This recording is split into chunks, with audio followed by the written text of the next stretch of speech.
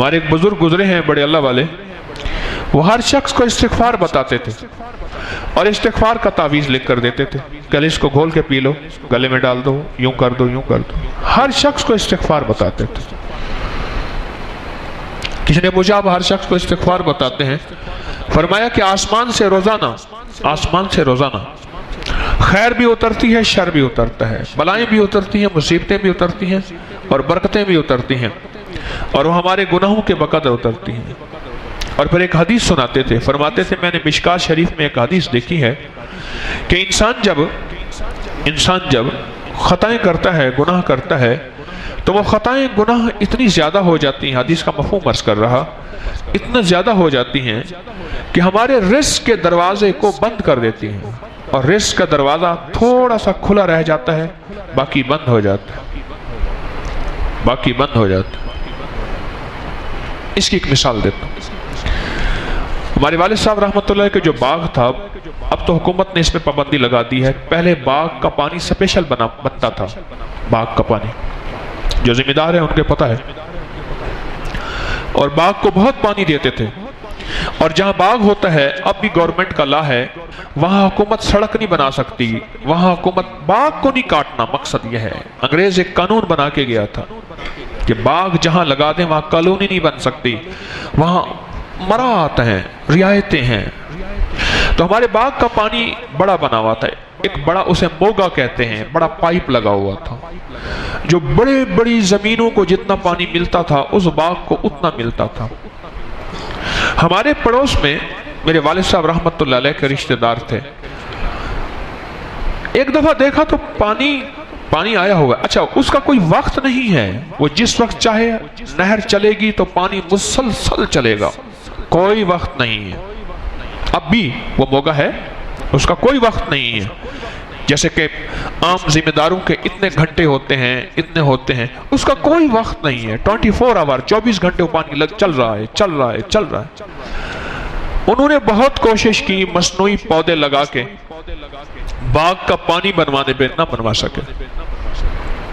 اب انہوں نے کیا کیا، میرے والد صاحب رحمۃ اللہ نے مجھے خود بتایا. ایک دفعہ دیکھا تو باغ کو گرمی سختی پانی کی اشد ضرورت تھی. اس وقت ان کی پانی کی باری بھی تھی، ان کی باری تو مسلسل چل رہی تھی. جب بھی نہر آئے تو نہر کے آتے ہی بس پانی لگنا شروع ہو جاتا تھا. دیکھا کہ پانی نہیں آ رہا، بہت حیران ہو گئے. میں آپ کو استغفار کی مثال دے رہا ہوں، غور سے سمجھے گا. نوکر کو بھگایا، اس کو جا کے دیکھا، اس نے کہا جی موگا بند ہے. وہ کیسے بند ہو سکتا ہے؟ اس نے کہا تھوڑا تھوڑا پانی آ رہا. جا کے دیکھا تو ایک ہانڈی آ کے دی ہوئی تھی. ہانڈی کا منہ ہوتا نا ایسے، پانی اس کے اندر یوں آ جاتا. سمجھ گئے؟ موگے کے آگے ہانڈی دی ہوئی تھی، اور ہانڈی کے اندر پانی آ کے اس کو مزید پریشر دے کے اس نے بند کیا ہوا تھا. انہوں نے جو ہانڈی ہٹائی اور وہ موگا جو ہے وہ چلنا شروع ہو گیا.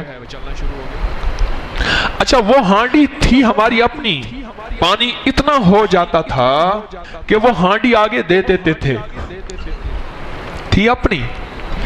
پھر جس وقت پانی آتا تھا نہر میں، اکثر آتا تھا، کچھ مہینے نہیں آتا تھا، اکثر آتا تھا. اب بھی وہ اپنی عورتوں کو وہاں ننگا کر کے بٹھا کے کپڑے دھونے کے لیے بٹھا دیتے تھے اسی جگہ، کیونکہ پانی آئے گا، انہوں نے ہانڈی ہٹانی ہے. ہانڈی اکثر ہوتی تھی. اب ہانڈی ہٹانے کے لیے یہ بندے کیسے آئیں گے؟ جب بندے آئیں گے ہی نہیں، کیونکہ عورتیں بیٹھی ہیں کپڑے دھو رہی ہیں، اور وہ بیچاری جس حالت میں بیٹھی ہیں، اسپیشل ان عورتوں کی ڈیوٹی لگتی تھی. رزق کے دروازے جب بند کرنے ہوتے ہیں، پانی کے دروازے جب بند کرنے ہوتے ہیں، یہ چالے میں آپ کو بتا رہا ہوں، یہ انداز بتا رہا ہوں. اب حدیث مبارک پھر سنیے. جب انسان کے خطائیں اور گناہ بڑھ جاتے ہیں تو رزق کے دروازوں کے سامنے یہ گناہ آ جاتے ہیں، اور رزق یا بند ہو جاتا ہے یا تھوڑا ہو جاتا ہے. اور اب حدیث کا اگلا حصہ سنیے، مفہوم عرض کر رہا. فرمایا کہ جب بندہ استغفار کو اپنے لیے لازم قرار دیتا ہے، تو یہ استغفار ان گناہوں کا ازالہ بن جاتے ہیں، ان گناہوں کو ختم کرنے کا ذریعہ بن جاتے ہیں، اور رزق کے دروازے کھل جاتے ہیں۔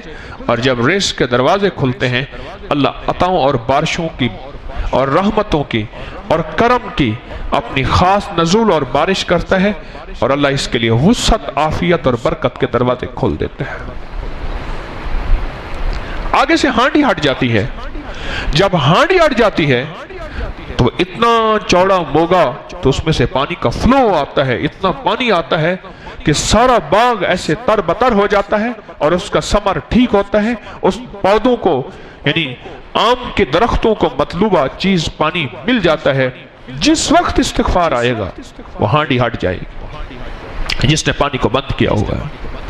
اور جب پانی بند کیا ہوا ہے وہ ہانڈی ہٹ جائے گی، اور پھر اللہ غیب سے دروازے برکت کے، عافیت کے، کرم کے کھولیں۔ وعبقری حسان